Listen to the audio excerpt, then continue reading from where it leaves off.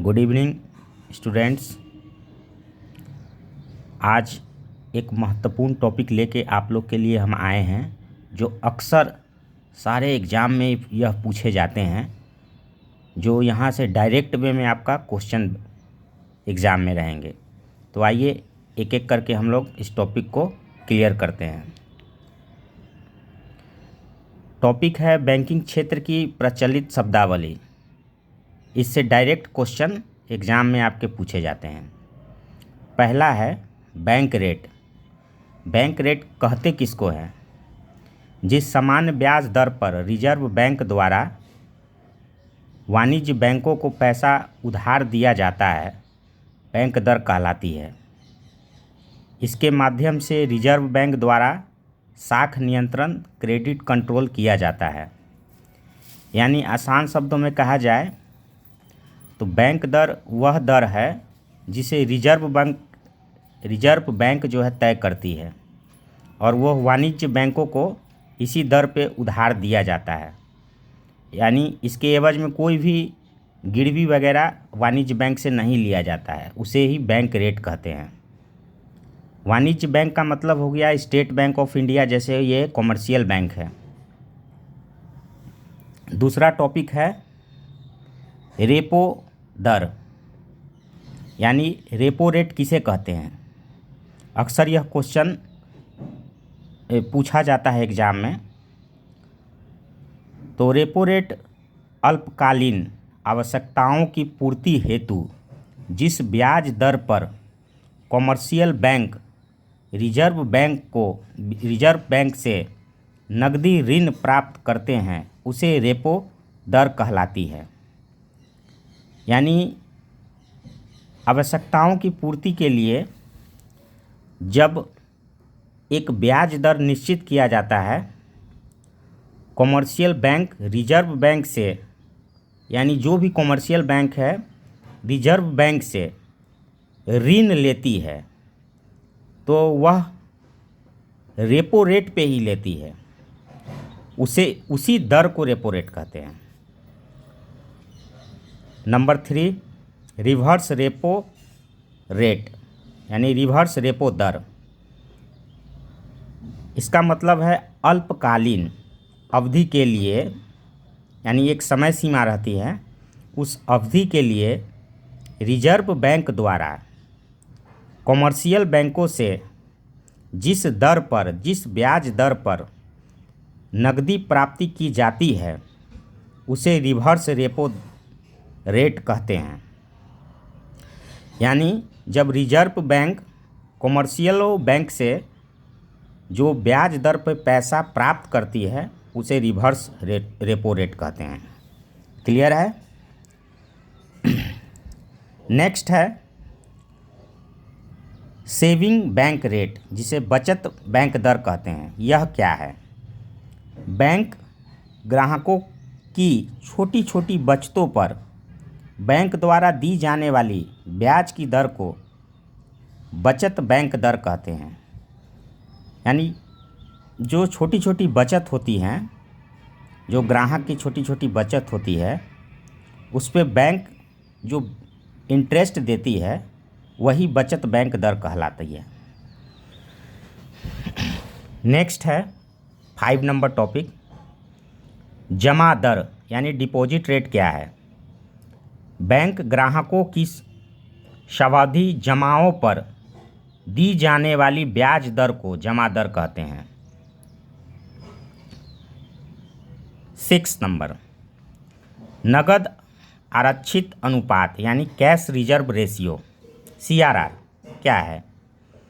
किसी वाणिज्य बैंक में कुल जमा राशि का वह प्रतिशत भाग जिसे रिजर्व बैंक के पास अनिवार्य रूप से जमा करना पड़ता है, उसे नगद आरक्षित अनुपात कहा जाता है।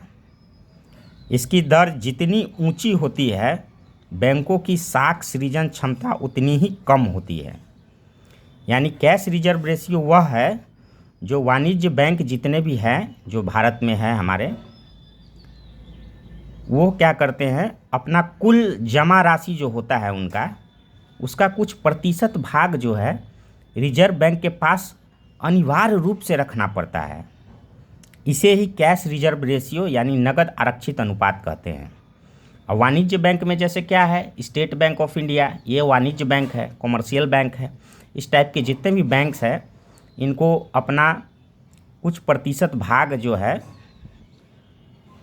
आरबीआई के पास रखना पड़ता है, तो वह सीआरआर के अनुपात में ही रखते हैं। क्वेश्चन नंबर 7, वैधानिक तरलता अनुपात जिसको एसएलआर कहते हैं। किसी भी वाणिज्य बैंक में कुल जमा राशि का वह प्रतिशत भाग जो नगद, स्वर्ण एवं विदेशी मुद्रा के रूप में उसे अपने पास अनिवार्य रूप से रखना पड़ता है, वैधानिक तरलता अनुपात कहलाता है। बैंकों को वित्तीय संकट का सामना करने हेतु रिजर्व बैंक द्वारा ऐसी व्यवस्था की गई है। यानी जितने भी हमारे वाणिज्य बैंक है उसको अपना कुल जमा राशि का, यानी जितना भी जमा राशि है उसका एक परसेंटेज भाग जो है वह अनिवार्य रूप से रखना पड़ता है। इसी को हम लोग एसएलआर कहते हैं, वैधानिक तरलता अनुपात कहते हैं। यह रिजर्व बैंक के द्वारा एक व्यवस्था की गई है जिससे आर्थिक संकट बैंकों को जब होगा तो वह पैसा निकाल के उससे काम करेगी। नेक्स्ट, पीएलआर, यह क्या है? प्राइम लेंडिंग रेट इसे कहते हैं। किसी भी बैंक के लिए प्राइम लेंडिंग रेट वह ब्याज दर है जिस पर बैंक उस ग्राहक को जिसके संबंध में जोखिम शून्य है को ऋण देने को तैयार है। यह दर एक तरह से आधार दर के रूप में कार्य करती है जिसको ध्यान में रखकर अन्य उद्यमियों के संबंध में बैंक अपनी ब्याज दर निर्धारित करती है। और यह पीएलआर रेट जो होता है यह हर बैंक का अलग अलग होता है। टॉपिक 9, आधार दर प्रणाली यानी बेस रेट क्या होता है? आरबीआई ने पीएलआर आधारित उधार देय प्रणाली के स्थान पर जुलाई 2010 से आधार दर प्रणाली लागू किया। इसकी गणना लागत आधारित सूत्र से की जाएगी। यह पीएलआर से कम होगा तथा कोई भी बैंक इससे नीची दर पर किसी को उधार नहीं देगा। यह आरबीआई ने 2010 पे जो प्रणाली लागू किया इसमें यह स्पष्ट कह दिया। इसी को हम लोग बेस रेट कहते हैं। और नीचे एक 9 नंबर के नीचे एक हमने नोट बना दिया है आप लोग के लिए, ये इम्पोर्टेंट है, इसे आप पढ़िए, हम डिस्कशन कर देते हैं इसका। बैंकों के ग्राहकों की शिकायतों के निदान कराने के लिए बैंकिंग लोकपाल योजना भारत में रिजर्व बैंक ने 14 जून 1995 ईस्वी में लागू किया था।